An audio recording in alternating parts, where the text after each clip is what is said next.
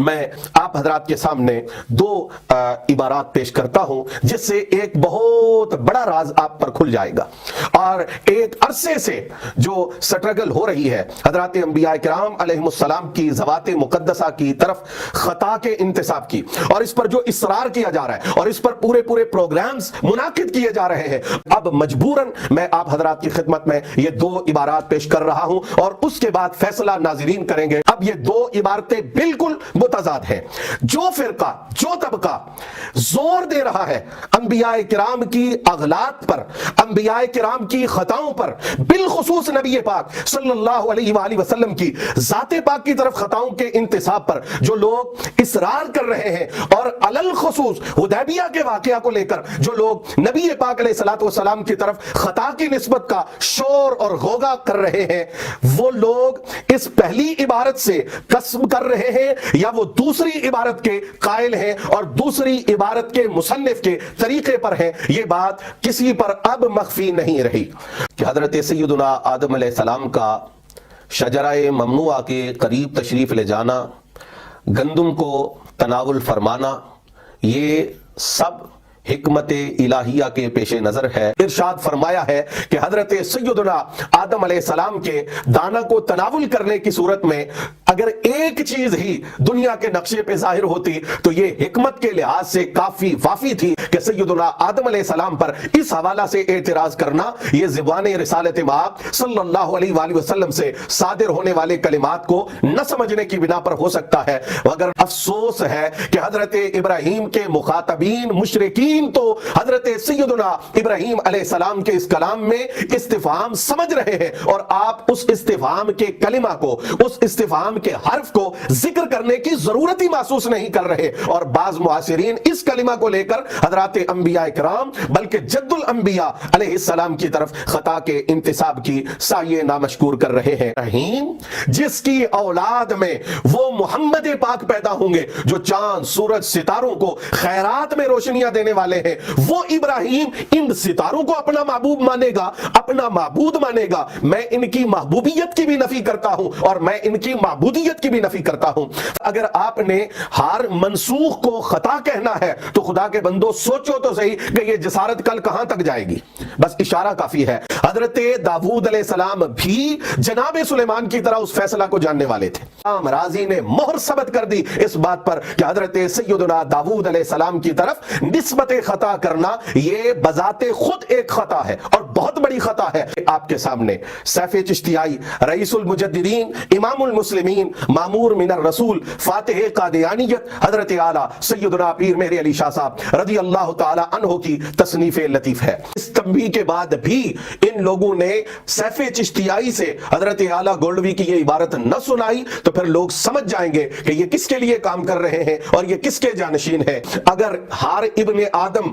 خطائی ہے اور اس کے لیے خطائی ہونا ضروری ہے وگرنہ وہ اولاد آدم سے خارج ہو جائے گا، تو پھر میں یہ کہتا ہوں کہ جو یہ استدلال کر رہا ہے اس کے سامنے اللہ کا پاک کلام قرآن مجید فرقان حمید یہ فرما رہا ہے، خلق الانسان ضعیفا وکان الانسان عجولا وکان الانسان اکثر شیء جدلا انہ کان ظلوما جہولا۔ کل تک یہ اسے الزام کہہ رہا تھا اور آج کہتا ہے کہ نہیں، واقعی میں خطائی ہوں اور ہر ابن آدم کے لیے خطائی ہونا ضروری ہے۔ کہ حقیقت یہ ہے اس وجہ سے انہیں خطائی کہا جاتا تو آج سے 5 سال پہلے کہا جاتا۔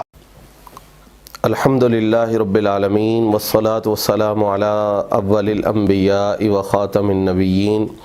وعلی آلہ الطیبین الطاہرین المطہرین واصحابہ الراشدین الہادین المہتدین، اما بعد فاعوذ باللہ من الشیطان الرجیم، بسم اللہ الرحمن الرحیم، وَإِنَّهُمْ عِنْدَنَا لَمِنَ الْمُصْطَفَيْنَ الْأَخْيَارِ۔ صدق اللہ مولانا العظیم۔ ناظرین کرام، ایک عرصہ قبل میں نے حضرات انبیاء کرام علیہم السلام کی عصمت کے حوالہ سے تفصیلی گفتگو آپ کی خدمت میں پیش کرنے کی کوشش کی تھی، جس میں ائمہ اعلام بالخصوص امام راضی، قاضی بیضاوی، قاضی ایاز مالکی، زرکشی، رملی، سلیمان جمل، شہاب الدین خفاجی اور علامہ فضل رسول بدایونی رحمہم اللہ تعالیٰ کے حوالہ سے واضح کیا تھا کہ تحقیقی موقف احوط مذہب یہی ہے کہ حضرات انبیاء کرام علیہم السلام اپنے اجتہادات میں ہر قسم کی خطا سے، چاہے وہ عمدی ہو چاہے وہ سہوی ہو، محفوظ ہوتے ہیں، اور جس طرح انبیاء کرام علیہم السلام انتخاب باری تعالی ہیں، اسی طرح ان کی عصمت اور ان کی حفاظت کا اہتمام اللہ جل جلالہ کی طرف سے ہے۔ آج کی گفتگو کو دفاع معصومین کا عنوان دیا جا رہا ہے، اور اس گفتگو میں ان قصص کو، ان واقعات کو، قرآن مجید کے ان مقامات کو ذکر کرنے کی کوشش کی جائے گی جن کو لے کر بعض حضرات انبیاء کرام علیہم السلام کی طرف خطا کا انتساب کرتے ہیں۔ سب سے پہلے ابو البشر حضرت سیدنا آدم علی نبینا وعلیہ الصلوات والتسلیمات کے حوالہ سے زبان زدے عام و خاص واقعہ اور معروف اشکال کے حوالے سے عرض کرنا چاہوں گا کہ حضرت سیدنا آدم علیہ السلام کا شجرہ ممنوعہ کے قریب تشریف لے جانا، گندم کو تناول فرمانا، یہ سب حکمت الہیہ کے پیش نظر ہے۔ اگر کسی کا فہم، کسی کی سمجھ وہاں تک نہیں پہنچ سکتی اور یقیناً نہیں پہنچ سکتی تو اعتراض سے اپنی زبانوں کو بند رکھنا چاہیے، مقام نبوت اور مقام رسالت کے تقاضوں کو پیش نظر رکھنا چاہیے۔ اس سلسلہ میں زیادہ تفاسیر کے حوالہ جات پیش نہیں کروں گا۔ ہمارے ہاں جو کتابیں متداول ہیں، بالخصوص درس نظامی کے اندر داخل نصاب ہیں، ان کتب میں سے معروف کتاب تفسیر جلالین کا حاشیہ ساوی آپ حضرات کے سامنے رکھوں گا، جس سے یہ بات واضح ہو جائے گی کہ وہ انتہائی دقیق اور باریک حکمت ہے جس تک عامی لوگ نہیں بلکہ خاص لوگوں کی بھی رسائی نہیں ہے۔ حضرت آدم علیہ السلام کیوں اس شجرہ کے قریب جاتے ہیں، کیوں گندم کا دانہ تناول فرماتے ہیں، اس حوالے سے علامہ ساوی مالکی رحمہ اللہ تعالی ارشاد فرماتے ہیں، فرمایا کہ حضرت سیدنا آدم علیہ السلام کا جو قصہ ہے، اس قصے کے حوالے سے حق بات یہ ہے، وَالْحَقُّ أَن يُقَالَ إِنَّ ذَلِكَ مِن سِرِّ الْقَدْرِ۔ حضرت سیدنا آدم علیہ السلام کا یہ سارا واقعہ،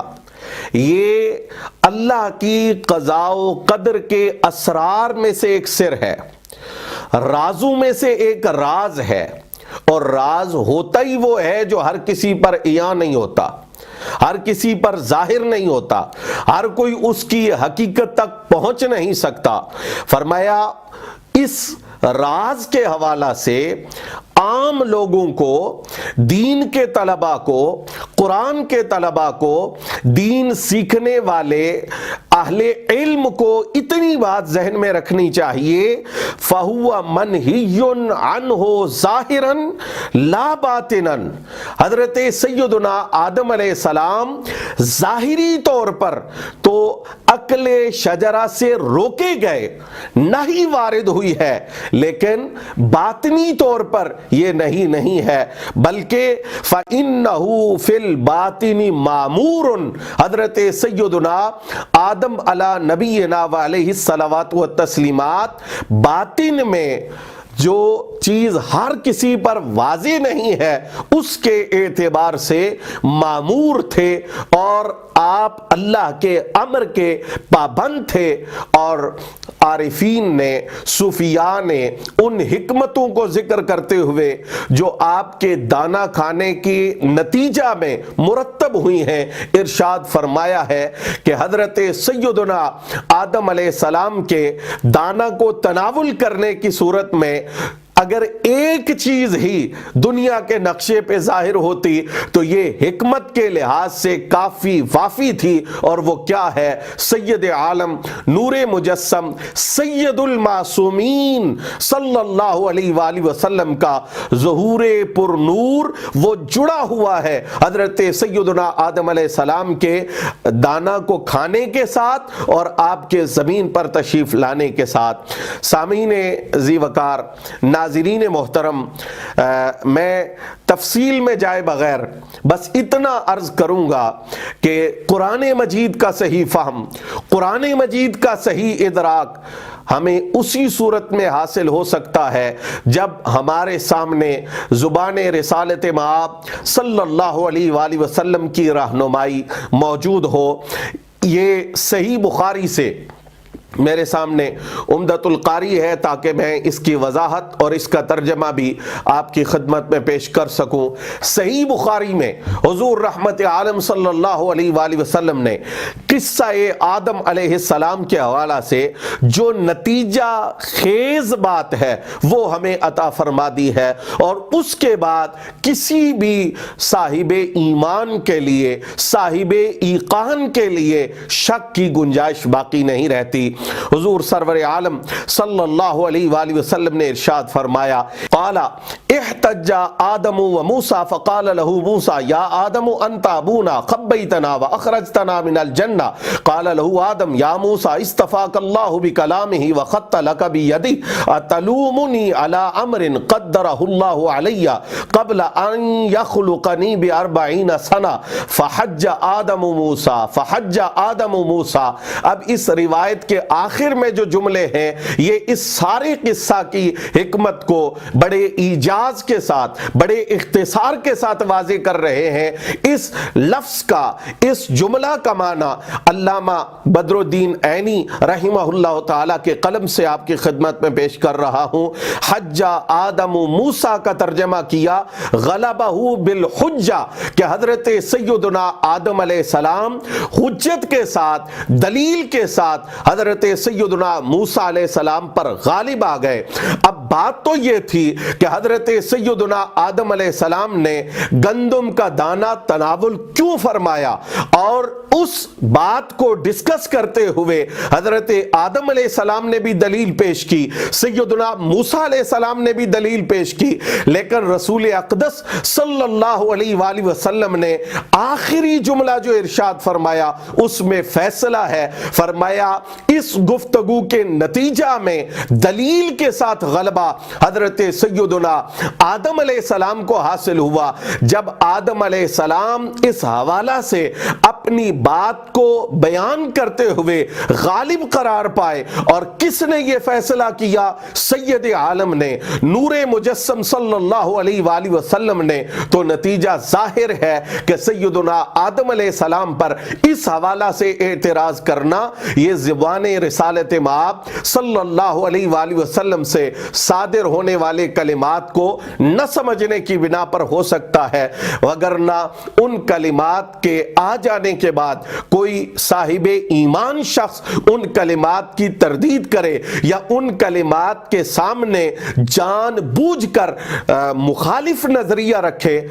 ہمارے ذہن میں حسن ظن کے تقاضوں کے مطابق یہ چیز نہیں آ سکتی۔ یقیناً یہ کم فہمی کا نتیجہ ہو سکتا ہے، یہ کج فہمی کا نتیجہ ہو سکتا ہے۔ اس کے بعد اللہ کے خلیل حضرت سیدنا ابراہیم علیہ السلام کے حوالہ سے میں کچھ تفاسیر سے آپ کی خدمت میں معروضات پیش کرنا چاہوں گا، لیکن یہاں یہ ضروری بات عرض کر دوں کہ حضرت سیدنا ابراہیم علیہ السلام کے قصہ کو لے کر بعض معاصرین نے جو نہایت ناعاقبت اندیش قرار پائے جس طرح گفتگو کی ہے، ماضی میں اس کی کوئی مثال نہیں ملتی۔ حضرت سیدنا ابراہیم علیہ السلام قرآن مجید برہان رشید میں موجود ہے۔ اب ہوں اللہ کے خلیل اور ستارے کو اپنا رب کہہ دیں، یہ کیسے ہو سکتا ہے؟ لیکن قرآن میں ہے کہ انہوں نے کہا فَلَمَّا جَنَّ عَلَيْهِ اللَّيْلُ رَأَىٰ كَوْكَبًا، پھر جب ان پر رات کا اندھیرا آیا تو ایک تارا دیکھا۔ قَالَ هَذَا رَبِّي، اب ہاذا کس پر بولا؟ ستارے پر۔ ہاذا ربی، یہ جملہ ستارے کے لحاظ سے میں کہوں، آپ کہیں، کوئی کہے تو کفر ہوگا کہ ستارہ تو رب نہیں، رب تو وحدہ لا شریک اللہ ہے۔ تب ہاذا ربی، قرآن کہہ رہا ہے کہ ابراہیم علیہ السلام نے ستارے کے بارے میں کہا۔ حضرت سیدنا ابراہیم علیہ السلام کے واقعہ کے اندر، یعنی جب آپ نے سورج کو دیکھ کر، چاند کو دیکھ کر، ستاروں کو دیکھ کر ہاذا ربی کے کلمات کے ساتھ تکلم فرمایا، اس میں مفسرین کرام نے جو حکمتیں بیان کی ہیں اس کا خلاصہ حضرت امام رازی رحمہ اللہ تعالی نے ذکر فرمایا۔ فرماتے ہیں وقیل المراد منہ الاستفہام الا انہ اسقط حرف الاستفہام استغناء عنہ، یہ جو ہے ہاذا ربی، ہاذا ربی، یہ امام رازی کہتے ہیں اس میں ایک احتمال یہ ہے کہ یہ استفہام ہے، لیکن حضرت سیدنا ابراہیم علیہ السلام نے حرف استفہام کو ساکت کر دیا۔ کیوں ساکت کیا؟ یہ بات بڑی گہرائی میں جا کر سمجھنے والی ہے۔ کا استغناء عنہ، حضرت جناب ابراہیم علیہ السلام کا جو عقیدہ تھا، اس عقیدے کے تناظر میں جو آپ کے سامنے آپ کے مخاطب مشرک تھے وہ بھی سمجھ رہے تھے کہ ابراہیم کا عقیدہ ستاروں کی الوہیت کا عقیدہ نہیں ہے، ابراہیم کا عقیدہ چاند کی الوہیت کا عقیدہ نہیں ہے، ابراہیم کا عقیدہ سورج کی الوہیت کا عقیدہ نہیں ہے۔ وہ سمجھ رہے تھے کہ جناب سیدنا ابراہیم علیہ السلام کا یہ کلام بطریق الاستفہام ہے۔ افسوس ہے کہ حضرت ابراہیم کے مخاطبین مشرکین تو حضرت سیدنا ابراہیم علیہ السلام کے اس کلام میں استفہام سمجھ رہے ہیں، اور آپ اس استفہام کے کلمہ کو، اس استفہام کے حرف کو ذکر کرنے کی ضرورت ہی محسوس نہیں کر رہے، اور بعض معاصرین اس کلمہ کو لے کر حضرات انبیاء کرام بلکہ جد الانبیاء علیہ السلام کی طرف خطا کے انتساب کی سعی نامشکور کر رہے ہیں۔ دوسرا قول امام رازی رحمہ اللہ تعالی نے ذکر کیا، جس کو معالم التنزیل کے اندر بھی ذکر کیا گیا اور دیگر مفسرین نے بھی اس قول کو ذکر کیا۔ وقیل فی الآیت اختصار، کہ یہاں اس آیت مبارکہ میں اختصار سے کام لیا گیا ہے۔ تقدیرہ یقولون ھذا ربی، تقدیر عبارت یہ ہے کہ یہ جو کلمہ ہے ھذا ربی، اس کے قائل ابراہیم علیہ السلام ہے ہی نہیں، یہ مقولہ ہے مشرکین کا، یہ مقولہ ہے کافروں کا۔ جناب سیدنا ابراہیم علیہ السلام اس عقیدے سے بری ہیں، بلکہ اس عقیدے کی تردید وہ آپ کی تعلیمات کا سب سے بنیادی اور مرکزی نقطہ ہے۔ وَنَذِيرُهُ وَإِذْ يَرْفَعُ إِبْرَاهِيمُ الْقَوَاعِدَ مِنَ الْبَيْتِ وَإِسْمَاعِيلُ رَبَّنَا، اب یہ ربنا جو ہے کہا، جس طرح اس سے پہلے یقولانی محذوف محذوف ہے، اسی طرح ھذا ربی سے پہلے یقولون محذوف ہے۔ تیسرا قول یہ ہے وقیل اراد ابراہیم ان یبطل قولهم بتعظیم الکواکب فاوہم من نفسه انه يعظمها ثم عقبہ بذکر الاستدلال علی بطلانہ۔ کہا کہ حضرت سیدنا ابراہیم علیہ السلام ان کے قول کو، ان کے عقیدے کو، ان کے نظریے کو باطل کرنے کے لیے کہہ رہے تھے ھذا ربی ھذا ربی ھذا ربی، تاکہ وہ پوری توجہ سے جب حضرت ابراہیم علیہ السلام کی بات سنے تو ان پر یہ بات واضح ہو جائے لا احب الآفلین، کہ یہ میرے معبود ہونا تو درکنار یہ میرے محبوب بھی نہیں ہو سکتے۔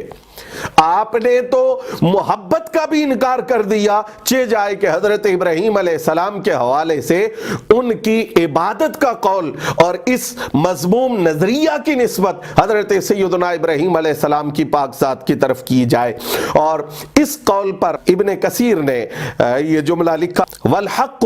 ان ابراہیم علیہ السلام کان فی ھذا المقام مناظرا لقومہ مبینا لهم بطلان ما كانوا علیہ من عبادت الحیاکل والاسنام۔ کہا یہاں تو حضرت سیدنا ابراہیم علیہ السلام ھذا ربی کہہ کر ان کے ساتھ مناظرہ کر رہے ہیں، اور مناظرہ کی تعریف جو لوگ جانتے ہیں وہ اس بات کو بخوبی سمجھیں گے، مقصود اظہار حق ہوتا ہے، مقصود اظہار ثواب ہوتا ہے، جو حقیقت ہے اس کو ثابت کرنا اور جو خلاف حقیقت عقیدہ ہے اس کو باطل کرنا، یہ سیدنا ابراہیم علیہ السلام کا مطمع نظر ہے۔ اور چوتھا قول یہ ہے وقیل انہم دعوہ الی عبادت النجوم فقال مبینا لهم خطأهم ھذا ربی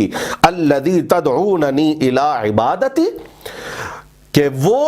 حضرت ابراہیم علیہ السلام کو بلا رہے تھے آؤ ستاروں کی پرستش کرو، آؤ ستاروں کی عبادت کرو، تو آپ نے ان کے جواب میں کہا ابراہیم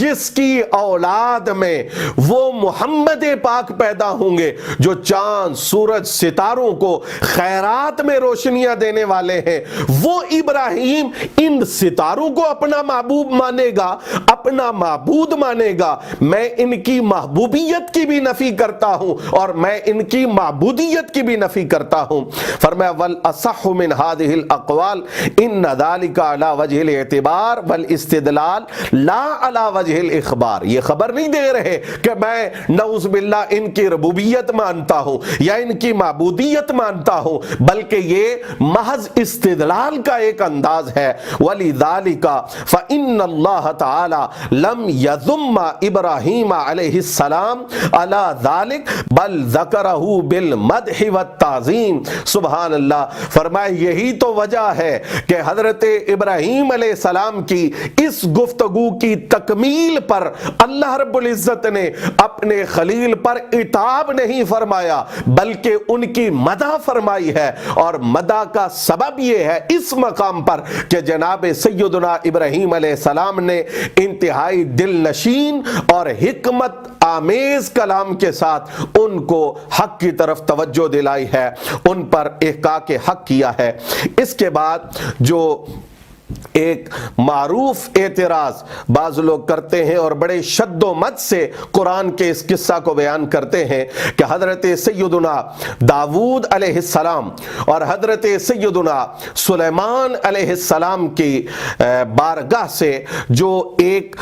مسئلہ کی بابت، ایک واقعہ کی بابت ارشادات وارد ہوئے، ان میں نعوذ باللہ حضرت سیدنا داود علیہ السلام وہ خطا پر تھے، اور پھر اس خطا کی آگے جو بھی تعبیر کریں، اجتہادی کریں یا کوئی اور کریں، اور حضرت سیدنا سلیمان علیہ السلام اس مسئلہ میں اصابت پر تھے۔ اس حوالہ سے میں آپ حضرات کی خدمت میں اختصار کے ساتھ تفسیر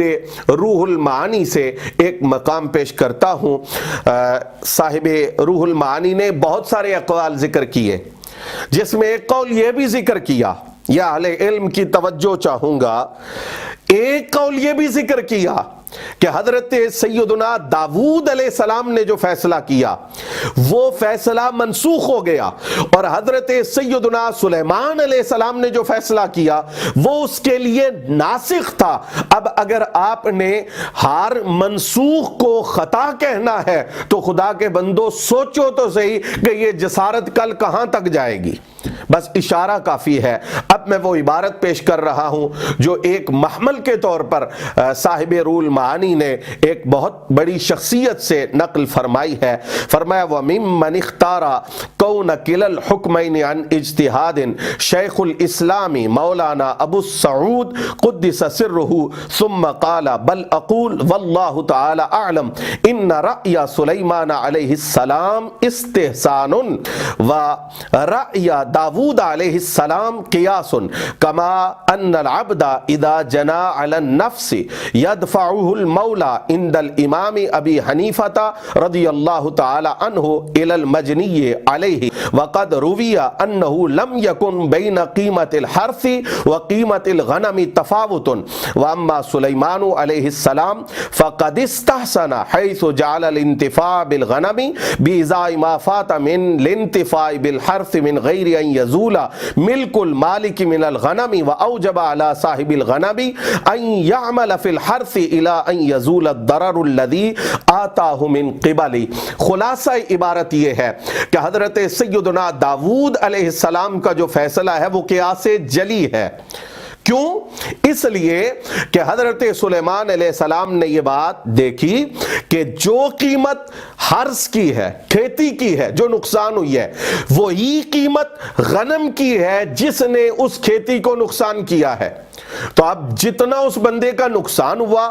اتنا ہی نقصان کرنے والے کے ذمہ تھا کہ وہ اسے ادا کر دیتا۔ اور حضرت داؤد علیہ السلام نے قیاس جلی کے مطابق، اگر ہم اس کو اجتہاد مانیں، وہی نہ قرار دیا جائے، قیاس جلی کے مطابق آپ نے درست فیصلہ کیا، حق فیصلہ کیا، اور جتنی قیمت بنتی تھی اس کے نقصان کے برابر وہ آپ نے اسے غنم کی صورت میں عطا کر دی۔ حضرت سلیمان علیہ السلام نے جو فیصلہ کیا وہ قیاس خفی ہے، وہ استحسان ہے، اور اس کی صورت یہ تھی کہ آپ نے کہا کہ اس کھیتی کی تم رکھوالی کرو، اس کھیتی کے اندر کام کرو، اس کھیتی میں محنت کرو، اور جب سال گزر جائے اور یہ کھیتی دوبارہ اسی طرح پروان چڑھے جس طرح یہ اس وقت ہے، جس وقت اس کا نقصان ہوا ہے، تو فرمایا اتنا وقت جو ہے وہ اس غنم سے فائدہ حاصل کر سکتا ہے، وہ اس کی اون سے، وہ اس کے دودھ سے وغیرہ فائدے حاصل کر سکتا ہے۔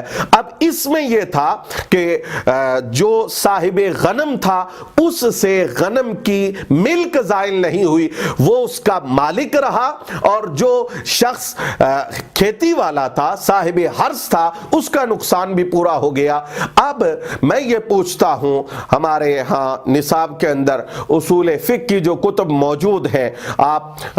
مسلم الثبوت دیکھ لیں، اور اگر اس سے نیچے دیکھیں تو حسامی دیکھ لیں، اس سے نیچے نور الانوار دیکھیں، یا اگر بہت نیچے جا کر عام طالب علم دیکھنا چاہیں تو وہ اصول الشاشی کو دیکھ سکتے ہیں کہ کیا قیاس جلی جس کے مقابلہ میں استحسان ہوتا ہے اس کو علماء خطا سے تعبیر کرتے ہیں، وہ خطا ہوتی ہے، یا دو صورتیں ہوتی ہیں اور دونوں صورتوں کے اندر دلیل درست ہوتی ہے، جو دلیل کی شرائط ہیں وہ پوری ہوتی ہیں، حجت تامہ ہوتی ہے، لیکن استحسان کے اندر ایک اضافی فائدہ ہوتا ہے جو کہ قیاس جلی کے اندر موجود نہیں ہوتا۔ صاحب روح المعانی نے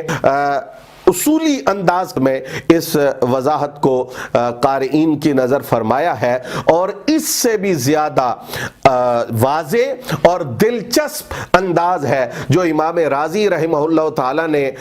عصمت الانبیاء نامی کتاب کے اندر اختیار فرمایا ہے۔ اہل ایمان کے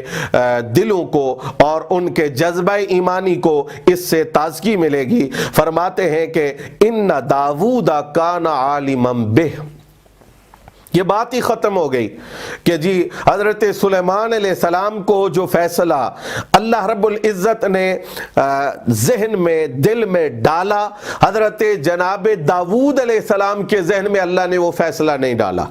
حضرت داؤد علیہ السلام کو اللہ نے اس فیصلہ کا علم نہیں دیا، ایسا نہیں ہے. حضرت داؤد علیہ السلام بھی جناب سلیمان کی طرح اس فیصلہ کو جاننے والے تھے. فرمایا لیکنہ ما افتا امتحان لابنہ سلیمان، آپ نے فتویٰ نہیں دیا اور مقصود کیا تھا؟ اپنے صاحبزادے حضرت سیدنا سلیمان علیہ السلام کی آزمائش اور امتحان. چونکہ نہایت چھوٹی عمر تھی، 11 سال. اب امتحان تھا کہ یہ میرا بیٹا کس دانشمندی سے فیصلہ کرتا ہے. رجاء ان یفتی بہ ویستخرج حکمہ، سبحان اللہ، امید یہ تھی کہ سلیمان یہ فیصلہ کرے،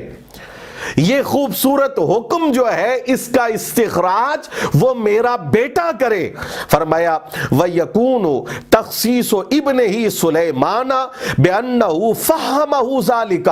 تَقْرِيرًا لِعَيْنِ وَالِدِهِ وَإِعْلَاءِ دَرَجَتِهِ فِي النَّاسِ. فرمایا پھر قرآن کے جو لفظ ہیں فہمنا، حضرت سلیمان کے متعلق کیوں کہا گیا؟ فرمایا اس کی وجہ یہ تھی تاکہ حضرت سیدنا داؤد علیہ السلام کی نگاہوں کو ٹھنڈک ملے کہ رب تعالیٰ نے میرے بیٹے کو ان مبارک اعزازات کے ساتھ نوازا ہے اور براہ راست تفہیم الہی کا فیض میرے بیٹے سلیمان کے قلب کے اندر اتارا گیا ہے. اور دوسرا یہ بھی حکمت تھی کہ حضرت سلیمان علیہ السلام کا درجہ اور ان کا مقام وہ بلند ہونا تمام لوگوں پر واضح ہو جائے. فرمایا وَإِنَّمَا أَعْرَضَ عن ذکر داؤد. اب سوال یہ پیدا ہوتا ہے کہ تفہیم الہی جناب سلیمان علیہ السلام کے لیے یہ قرآن مجید کا حصہ بنی، اور جب حضرت سلیمان علیہ السلام سے قبل جناب داؤد کو بھی یہ فہم اللہ کی طرف سے دیا جا چکا ہے، تو پھر صرف حضرت سلیمان علیہ السلام کو یہاں پر تفہیم الہی کے اعزاز کے ساتھ کیوں ذکر کیا گیا؟ تو حضرت امام رازی نے اس کا جواب دیا. فرمایا وَإِنَّمَا أَعْرَضَ عَنْ ذِكْرِ دَاوُودَ لِلْعِلْمِ بِاشْتِهَارِهِ فِي مَا بَيْنَ الْخَلْقِ بِمَعْرِفَةِ الْأَحْكَامِ. سمجھنے والوں کے لیے تو یہ بات بالکل واضح ہے. کہا حضرت سلیمان علیہ السلام ابھی بچے تھے اور ابھی لوگوں پر ان کے علم کا اظہار نہیں ہوا تھا، اور جہاں تک تعلق ہے حضرت داؤد علیہ السلام کا، آپ کے علم کو، آپ کے فہم کو اور معاملہ فہمی کو سارا جہان جانتا تھا. اللہ رب العزت نے جناب سلیمان علیہ السلام کے لیے اپنی بارگاہ سے فیضان تفہیم کا ذکر کر کے ان کا مرتبہ اور ان کا مقام لوگوں پر آشکار کیا. فرمایا پھر اللہ رب العزت نے فرمایا وَكُلًّا آتَيْنَاهُ حُكْمًا وَعِلْمًا، کہ ہم نے ان میں سے ہر ایک کو علم اور حکم، فقہ، معاملہ فہمی، معاملے کی سمجھ، فیصلہ کرنے کی صلاحیت سے نوازا. اب یہ فرمان کیوں تھا؟ ان لفظوں پہ توجہ، لِأَلَّا يُتَوَهَّمَ أَنَّهُ كَانَ جَاهِلًا بِهِ وَحَاكِمًا فِيهِ بِغَيْرِ الصَّوَابِ. امام رازی نے مہر ثبت کر دی اس بات پر کہ حضرت سیدنا داؤد علیہ السلام کی طرف نسبت خطا کرنا یہ بذات خود ایک خطا ہے اور بہت بڑی خطا ہے. فرمایا اللہ نے یہ کلمات نازل ہی اس لیے کیے کسی کے ذہن میں یہ نہ آئے اور پھر وہ اس وہم کی بنا پر لوگوں کو گمراہ نہ کرے کہ حضرت جناب داؤد کو اس فیصلے کا پتہ ہی نہیں تھا، ان پر یہ فیصلہ ظاہر ہی نہیں ہوا، اور انہوں نے جو فیصلہ کیا وہ بغیر ثواب کے کیا، اس میں درستگی نہیں تھی، اس میں اصابت نہیں تھی. فرمایا جناب داؤد علیہ السلام کا فیصلہ بھی اپنی جگہ پر ثواب کا حامل تھا، اور جو فیصلہ جناب سلیمان نے کیا اس کا بھی علم ان کے پاس موجود تھا. سامعین اور ناظرین، میں آپ حضرات کے سامنے دو عبارات پیش کرتا ہوں جس سے ایک بہت بڑا راز آپ پر کھل جائے گا، اور ایک عرصے سے جو سٹرگل ہو رہی ہے حضرات انبیاء کرام علیہم السلام کی ذوات مقدسہ کی طرف خطا کے انتساب کی، اور اس پر جو اصرار کیا جا رہا ہے اور اس پر پورے پروگرامز منعقد کیے جا رہے ہیں، اور بچے کو میرا دل خون کے آنسو ہوتا ہے جس وقت میں یہ دیکھتا ہوں کہ ایک بچہ جس کی صرف کمزور ہے، جو صرف کی کلاس میں پڑھتا ہے، جس کو مورب اور مبنی کا پتہ نہیں ہے، بلکہ جو کریمہ نام حق پد نامہ پڑھنے والے بچے ہیں ان کو رٹا دیا ہے فلاں نبی کی خطا، فلاں نبی کی خطا، فلاں نبی کی خطا۔ یہ نہ اہل سنت کا نظریہ ہو سکتا ہے، اور اس انداز کی کہ آپ ہر کسی کو یہ بات ذہن میں پختہ کروا دیں کہ بیٹا تم نے اگر نبیوں کی خطائیں گنوا لی تو دین کا کام بھی کر لیا، اسلام کی خدمت بھی ہو گئی، قرآن کی تبلیغ کا حق بھی ادا ہو گیا، تصنیف بھی ہو گئی، تدریس بھی ہو گئی، تقریر بھی ہو گئی، سارا دین جو ہے وہ صرف اور صرف خطاؤں کے اندر بند ہے۔ اگر تم یہ انداز اختیار کر رہے ہو تو یقیناً یہ بے ادبی والا طرز کسی مسلمان کو بھی زیب نہیں دیتا، چاہے جائے کہ وہ اپنے آپ کو اہل سنت کہلوائے، وہ اپنے آپ کو با ادب طبقہ کا کریڈٹ دلوانے کی کوشش کرے، ہرگز یہ با ادب لوگوں کا شیوا نہیں ہو سکتا۔ جن لوگوں کو ادب کی تھوڑی سی خوشبو بھی میسر آئی ہے وہ یہ زبان نہ خود اختیار کریں گے اور نہ ہی اپنے تلامذہ اور اپنے سامعین تک اس قسم کا مضمون پیغام پہنچائیں گے۔ لیکن بہرحال یہ کوشش جاری ہے اور ایک وقت سے جاری ہے۔ آج میں آپ حضرات کے سامنے بادل نخواستہ، چونکہ ایک لمبے وقت تک یہ انتظار کیا گیا کہ ہو سکتا ہے ہدایت کی کوئی صورت نکل آئے، ہو سکتا ہے ان لوگوں کی نیت یہ نہ ہو سکتا ہے ان کے تانے بانے یہاں نہ پہنچتے ہوں، حسن ظن سے، اغماض سے، چشم پوشی سے کام لیا گیا، لیکن اب مجبوراً میں آپ حضرات کی خدمت میں یہ دو عبارات پیش کر رہا ہوں، اور اس کے بعد فیصلہ ناظرین کریں گے، فیصلہ اہل علم کریں گے، اور فیصلہ اصحاب بصیرت کریں گے۔ پہلی عبارت سنیے، رہا اجتہاد تو میں اس بات کا خود قائل ہوں کہ دنیا میں کوئی ایسا نبی نہیں آیا جس نے کبھی اجتہاد میں غلطی نہیں کی۔ جب وہ نبی جو تمام انبیاء سے افضل تھا اجتہادی غلطی سے بچ نہ سکا، چنانچہ حدیبیہ کا سفر اجتہادی غلطی تھی، یمامہ کو ہجرت گاہ قرار دینا اجتہادی غلطی تھی، تو پھر دوسروں پر کیا اعتراض؟ یہ ایک عبارت ہے، اس عبارت کو بار بار سنیے اور پھر غور کیجئے۔ اب دوسری عبارت میں آپ حضرات کی خدمت میں پیش کر رہا ہوں، اور وہ عبارت یہ ہے، بلکہ مناسب بشان نبوت یوں معلوم ہوتا ہے، بلکہ مناسب بشان نبوت یوں معلوم ہوتا ہے کہ حدیبیہ والے سال بھی جانا آپ صلی اللہ علیہ وآلہ وسلم کا قصور فی الکشف کی وجہ سے نہ تھا، بلکہ حصول صلح کے لیے جو مقدمہ فتح کا تھا بحسب فرمان خداوندی واقع ہوا۔ یہ دوسری عبارت ہے۔ اب یہ دونوں عبارتیں آپس میں متضاد ہیں، دونوں عبارتوں کا آپس میں شدید ٹکراؤ ہے۔ یعنی پہلی جو عبارت ہے اس میں حدیبیہ والے سفر میں حضور رحمت عالم صلی اللہ علیہ وآلہ وسلم کی ذات پاک کی طرف خطا کی نسبت کی جا رہی ہے، اور دوسری عبارت میں بعین ہی حدیبیہ والے واقعہ میں رسول اکرم صلی اللہ علیہ وآلہ وسلم کی ذات پاک سے غلطی کی، خطا کی، قصور فی الاجتہاد کی، بلکہ قصور فی الکشف کی نفی کی جا رہی ہے۔ اب یہ دو عبارتیں بالکل متضاد ہیں۔ جو فرقہ، جو طبقہ زور دے رہا ہے انبیاء کرام کی اغلاط پر، انبیاء کرام کی خطاؤں پر، بالخصوص نبی پاک صلی اللہ علیہ وآلہ وسلم کی ذات پاک کی طرف خطاؤں کے انتساب پر جو لوگ اصرار کر رہے ہیں، اور علل خصوص حدیبیہ کے واقعہ کو لے کر جو لوگ نبی پاک علیہ الصلوۃ والسلام کی طرف خطا کی نسبت کا شور اور غوغا کر رہے ہیں،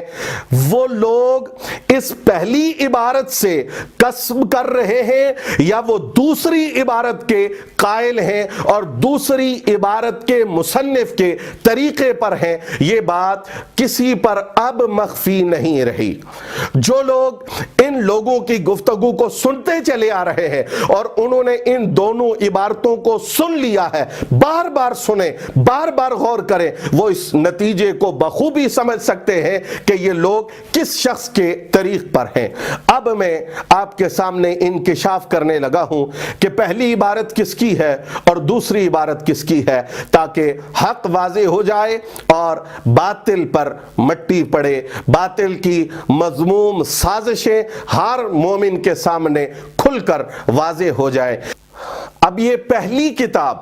میں آپ کے سامنے پیش کر رہا ہوں، دیکھ لیجئے، نام ہے اس کا روحانی خزائن، اور تصنیفات اس کے اوپر مرزا غلام احمد قادیانی، یہ اس کی کتاب ہے اور اس سے یہ عبارت میں نے آپ کے سامنے پیش کی ہے۔ اور دوسری عبارت یعنی جس میں حدیبیہ والے واقعہ میں رسول پاک علیہ الصلوۃ والسلام سے خطا کی نفی کی گئی ہے، وہ کس ہستی کی ہے؟ یہ آپ کے سامنے سیف چشتیائی، رئیس المجددین، امام المسلمین، مامور من الرسول، فاتح قادیانیت، حضرت اعلیٰ سیدنا پیر مہر علی شاہ صاحب رضی اللہ تعالی عنہ کی تصنیف لطیف ہے۔ اب آپ حضرات کو میں بڑے واضح انداز میں یہ بتانا چاہتا ہوں کہ یہ کتاب حدیبیہ والے واقعہ میں غلطی ثابت کر رہی ہے۔ یہ کتاب حدیبیہ والے واقعہ میں حضور نبی پاک علیہ السلام سے غلطی، خطا فی الاجتہاد اور قصور فی الکشف کی نفی کر رہی ہے۔ آپ سمجھ جائیں کہ حضور نبی پاک سے واقعہ حدیبیہ میں غلطی کی نفی کرنے والے سیدنا پیر مہر علی شاہ رضی اللہ تعالی عنہ کے غلام ہیں، اور نبی پاک علیہ السلام کی طرف خطا خطا خطا کہہ کر حضور نبی پاک علیہ الصلوۃ والسلام کی شان پاک اور شان نبوت کا لحاظ نہ رکھنے والے کس بدبخت اور کس ملعون کے طریقہ پر ہیں۔ ناظرین کرام، اب میں آپ حضرات کی خدمت میں سیف چشتیائی شریف سے، جو کہ کامن سینس کی بات ہے، ہر ذی شعور سمجھ سکتا ہے کہ یہ کیسے ہو سکتا ہے کہ مرزا قادیانی بھی واقع حدیبیہ میں حضور علیہ الصلوۃ والسلام کو غلطی پر قرار دے، اور مرزا قادیانی کے سب سے بڑے مخالف اور مرزا قادیانی کی تردید میں جو نام سر فہرست نہیں بلکہ سب سے پہلے نمبر پہ ہے، تاجدار گولڑا بھی اس بات میں اس کی تصدیق کریں تو یقیناً تاجدار گولڑا نے اس کی ہر بات کی تردید فرمائی ہے اور اس بات میں بھی اس کو جھوٹا قرار دیا ہے۔ اس کی تفصیل اب سنیے سیف چشتیائی سے۔ حضرت قبلہ عالم گولڑوی رضی اللہ تعالی عنہ نے پہلے مرزا قادیانی کی طرف سے سوال لکھا۔ سوال ہے، یہ عبارت سوال کی ہے، فرماتے ہیں ارض ذات النخلہ کو یمامہ خیال فرمانا، جو فی الواقع مدینہ طیبہ کی طرف اشارہ تھا، اور ایسا ہی لتدخلن المسجد الحرام کا وقت صلح حدیبیہ والا سال سمجھ لینا، کیا یہ ہر دو اور نظائر ان کے از قبیل قصور فی الکشف اور خطا فی التعبیر نہ تھے؟ جب مکاشفات مذکورہ میں قصور اور خطا فی التعبیر واقع ہو گئے تو نزول مسیح ابن مریم والی پیشین گوئی میں کیوں نہیں واقع ہو سکتے؟ یعنی حضرت صلی اللہ علیہ وآلہ وسلم نے غلام احمد قادیانی کو عیسیٰ ابن مریم کی صورت میں دیکھا ہو، سوال مکمل ہوا۔ جواب، ارض ذات النخلہ والے مکاشفہ میں حضرت صلی اللہ علیہ وآلہ وسلم نے کسی سے پیشین گوئی نہیں فرمائی کہ بالضرور یمامہ ہی میں جانا ہوگا۔ کس پیشین گوئی میں خطا اجتہادی ہوئی؟ کس پیشین گوئی میں رسول اکرم صلی اللہ علیہ وآلہ وسلم سے خطا کا صدور ہوا؟ صرف آپ کا خیال شریف یمامہ کی طرف گیا تھا، سو وہ بھی قائم نہ رہا۔ یہ تاجدار گولڈا فرما رہے ہیں، چنانچہ ارشاد فرمایا فَذَهَبَ وَهَلِي إِلَى الْيَمَامَةِ، اور دخول مسجد حرام کے متعلق بھی آپ صلی اللہ علیہ وآلہ وسلم نے یہ نہیں فرمایا کہ ضرور تم اسی سال مسجد حرام میں داخل ہوگے۔ الغرض، کشف ایک اجمالی ہوتا ہے اور ایک تفصیلی، اور اجمالی میں کبھی اجمال فی نفس المضمون ہوتا ہے، یعنی واقعی امر برنگے استعارہ و تمثیل نظر آتا ہے۔ چنانچہ مدینہ کی وبا کو آپ صلی اللہ علیہ وآلہ وسلم نے بشکل ایک عورت پر آگندہ سر کے دیکھا تھا، وغیرہ وغیرہ، اور کبھی اجمال فی اوضاع المضمون من الزمان وغیرہ۔ چنانچہ دخول مسجد حرام والے مکاشفہ میں نفس دخول مسجد حرام کما ہوا فی الواقع صرف مکشوف ہوا، مسجد حرام کے داخل ہونے کا وقت معلوم نہیں تھا، لہٰذا اس سال آپ صلی اللہ علیہ وآلہ وسلم حدیبیہ میں تشریف لے گئے، بلکہ مناسب بشان نبوت۔ میں نے عرض کیا تھا کہ مناسب بشان نبوت، تو بعض لوگ واویلا کر رہے تھے کہ کیا مناسب بشان نبوت کے خلاف موقف فلاں کا ہے، فلاں کا ہے، فلاں کا ہے۔ یہ پیر مہر علی شاہ صاحب فرما رہے ہیں بلکہ مناسب بشان نبوت یوں معلوم ہوتا ہے کہ حدیبیہ والے سال بھی جانا آپ کا قصور فی الکشف کی وجہ سے نہ تھا، بلکہ حصول صلح کے لیے جو مقدمہ فتح کا تھا بحسب فرمان خداوندی واقع ہوا۔ پیر صاحب فرما رہے ہیں کہ حضور کا حدیبیہ جانا فرمان خداوندی کے مطابق ہے، اور کچھ لوگ کہتے ہیں کہ یہ خطا ہے۔ نعوذ باللہ، نعوذ باللہ، نعوذ باللہ، اس سے کیا بھیانک نتیجہ نکل رہا ہے یہ اہل علم و فضل پر ہرگز ہرگز مخفی نہیں ہے۔ اب یہ لوگ جو دعوے کرتے ہیں ہم پیر مہر علی شاہ صاحب کے علمی وارث ہیں، ہم پیر مہر علی شاہ صاحب رحمۃ اللہ کا ایک لفظ بھی تمہیں ہضم نہیں کرنے دیں گے، ہم وارث ہیں ان کے، ہم وارث ہیں ان کے۔ ہم نے پیر مہر علی شاہ صاحب کو پڑھا ہے، ان سے گزارش ہے کہ ایک دفعہ یہ سوال اور جواب پڑھ کے عوام الناس کو سنا دے، اور اگر اب بھی اس تنبیہ کے بعد بھی ان لوگوں نے سیف چشتیائی سے حضرت اعلیٰ گولڈوی کی یہ عبارت نہ سنائی تو پھر لوگ سمجھ جائیں گے کہ یہ کس کے لیے کام کر رہے ہیں اور یہ کس کے جانشین ہیں۔ پیر مہر علی شاہ صاحب کا مخالف ایک جہلم میں بیٹھا ہے اور وہ کھل کر قادیانیوں کا، مرزائیوں کا حمایتی ہے، اور دوسرا یہ لاہوری گروپ یہ بھی قادیانی کی سپورٹ کے اندر حضرت اعلیٰ گولڈوی رضی اللہ تعالی عنہ کی بھرپور مخالفت کر رہا ہے۔ کبھی پیر صاحب کے خلاف اپنی زبان سے زہریلے، مسموم اور بے ادبی پر مشتمل جملے بولتے ہیں، کبھی تھم نیلز پر واہیات اور رقیق قسم کے الفاظ حضرت اعلیٰ گولڈوی رضی اللہ تعالیٰ عنہ کے لیے استعمال کرتے ہیں، کبھی قبلہ عالم کی تصانیف پر ہاتھ بجا کر یہ کہتے ہیں ان کو پڑھنا حرام ہے، ان کو پڑھنا ناجائز ہے، ان کو تلف کر دیا جائے، وغیرہ وغیرہ ہذیانات اور ایسے الفاظ حضور اعلیٰ کی ذات سے منسوب کرتے ہیں جو ان کے بغض پر اور حضور قبلہ عالم رضی اللہ تعالی عنہ کی دشمنی پر واضح طور پر دلالت کرتے ہیں، اور مرزا غلام احمد قادیانی کی حمایت وہ ان کے الفاظ سے، ان کے انداز سے، ان کے کلمات سے بالکل واضح ہو رہی ہے۔ اور یہاں پر میں یہ بھی عرض کروں گا کہ بندہ اپنی خطا پر، بندہ اپنی غلطی پر شرمندہ ہوتا ہے، نادم ہوتا ہے، پر یہ طبقہ ایسا ہے جو حدیث پڑھ کے کلو ابن آدم خطاؤن کہتے ہیں کہ میں بھی خطائی ہوں، تم بھی خطائی ہو، ہم سارے خطائی ہیں، اس لیے کہ ہم سارے ابن آدم ہیں۔ اب دو چار تو وہاں ایسے ہیں آگے بیٹھے ہوئے جو کہ سمجھ کر واہ واہ کر رہے ہیں، اور باقی جو ہیں وہ ڈر کی وجہ سے واہ واہ کر رہے ہیں کہ اگر ہم نے واہ واہ نہ کی، ہم نے شور نہ کیا تو یہ تو ہمیں کہہ رہے اگر تم خطائی نہیں ہو تو تم ابن آدم نہیں ہو، ابن آدم نہیں ہو تو تم کس بلا کے بچے ہو، لہٰذا ہم ابن آدم ہونے کا اعزاز برقرار رکھنے کے لیے شور کرتے ہیں کہ میں بھی خطائی ہوں، میں بھی خطائی ہوں، میں بھی خطائی ہوں۔ حدیث کہتی ہے کہ جو بھی ابن آدم ہے وہ خطائی ہے، تو جو ہمیں خطائی کہتے ہیں خود کس نسل کے؟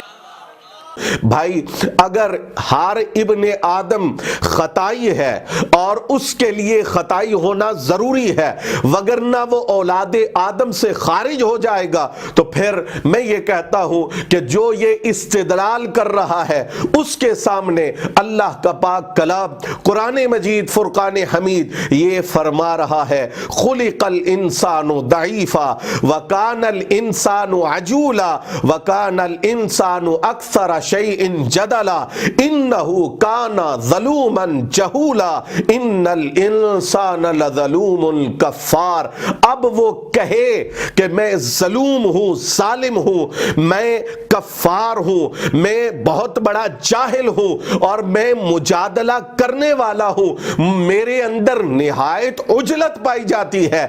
ایسی عجلت جو شیطان کی طرف سے میری طرف آتی ہے، اگر یہ ساری چیزیں مجھ میں پائی جائیں تو میں انسان ہوں وگرنہ تو میں کسی بلا کا بچہ بن جاؤں گا۔ اپنے آپ کو ابن آدم ثابت کرنے کے لیے جس طرح اس نے اپنے لیے خطائی ہونا لازم قرار دیا، وہ اپنے آپ کو انسان ثابت کرنے کے لیے اپنے آپ کو ظلوم اور جہول کہے، وگرنہ پھر اسی کا جملہ اس کے متعلق بولا جائے گا کہ اگر تم انسان نہیں ہو تو پھر تم کون ہو۔ سامعین ذی وقار، اس پر یہ بھی آپ حضرات کی خدمت میں عرض کرتا چلوں کہ کچھ عرصہ پہلے اسی شخص نے کہا تھا مجھے خطائی کہتے ہو، خطائی تو امام مسلم کو کہا گیا، مجھے خطائی کہتے ہو، خطائی تو بخاری کو کہا گیا، تو میرے لیے یہ اعزاز ہے، جو الزام ان پہ لگا وہ مجھ پہ لگ رہا ہے۔ سیدنا صدیق اکبر اور سیدنا فاروق اعظم رضی اللہ تعالیٰ عنہما دونوں پر یہ الزام ہے روافض کی طرف سے نبوت کی بے ادبی کا، اسی لفظ خطا کی بنیاد پر، اور پھر امام بخاری، امام مسلم، ان پر اور سارے محدثین پر الزام ہے کہ یہ نبیوں کے معاذ اللہ گستاخ ہیں چونکہ انہوں نے نبیوں کی طرف خطا کی نسبت کی ہوئی ہے۔ کل تک یہ اسے الزام کہہ رہا تھا اور آج کہتا ہے کہ نہیں، واقعی میں خطائی ہوں اور ہر ابن آدم کے لیے خطائی ہونا ضروری ہے۔ اور پھر یہاں پر انتہائی حیرت انگیز بات یہ ہے کہ اس شخص کو یہی معلوم نہیں کہ اس کو خطائی کہا کیوں جاتا ہے۔ یہ سمجھ رہا ہے کہ شاید جو خطائیں بچپن سے ہم میں پائی جا رہی ہیں ابن آدم ہونے کے ناطے اس وجہ سے ہمیں خطائی کہا جا رہا ہے، حالانکہ حقیقت یہ ہے اس وجہ سے انہیں خطائی کہا جاتا تو آج سے 5 سال پہلے کہا جاتا، کسی نے نہیں کہا۔ ان کو خطائی اس لیے کہا جاتا ہے کہ انہوں نے پاکوں کی طرف خطا کا انتساب کیا، حضرات انبیاء کرام علیہم السلام کی طرف خطا کا انتساب کیا ہے۔ آخر پر میں یہ بات بارے دیگر آپ حضرات کی توجہ اور آپ حضرات کی سماعتوں کی نظر کروں گا کہ اہل سنت و جماعت کا بالخصوص اور اہل اسلام کا بالعموم حضرات انبیاء کرام علیہم السلام اور پاکان امت نفوس قدسیہ کی طرف خطاؤں کے انتساب کا دھندا نہ کسی دور میں رہا ہے، نہ موجودہ دور میں ہے، اور نہ ہی آئندہ اہل اسلام ایسی شقاوتوں کے اندر ملوث ہو سکتے ہیں۔ اللہ جل جلالہ کی بارگاہ میں دعا ہے کہ وہ ہمیں خطائیوں سے اور خطا پر مبنی استدلالات سے محفوظ و مامون فرمائے۔ اللہ کریم کی بارگاہ میں دعا ہے کہ وہ ہمیں عقائد حقہ، عقائد اسلام اور عقائد اہل سنہ و جماعت پر استقامت تا قیامت نصیب فرمائے۔ فرمائے۔ وآخر دعوایا ان الحمدللہ رب العالمین۔